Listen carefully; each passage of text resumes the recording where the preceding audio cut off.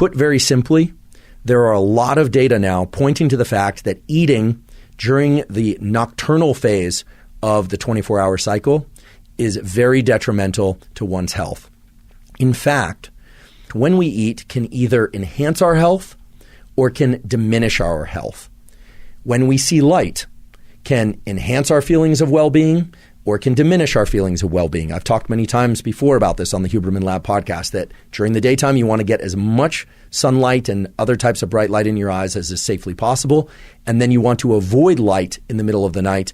It has detrimental dopamine-lowering effects, can cause depression, cortisol increases, etc. So when you view light is as important as the light that you view, and when you eat is as important as what you eat.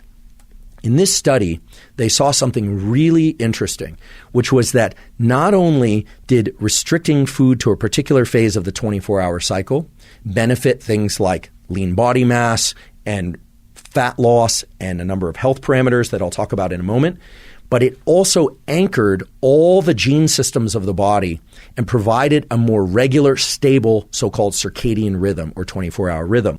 You may be surprised to learn that 80% of the genes in your body and brain are on a 24-hour schedule. That is, they change their levels going from high to low and back to high again across the 24-hour cycle. And when those genes are high at the appropriate times and low at the appropriate times, meaning their expression is high and low at the appropriate times, and therefore the proper RNAs and proteins are made because DNA encodes for RNA. RNA is translated into proteins. When that happens, your health benefits.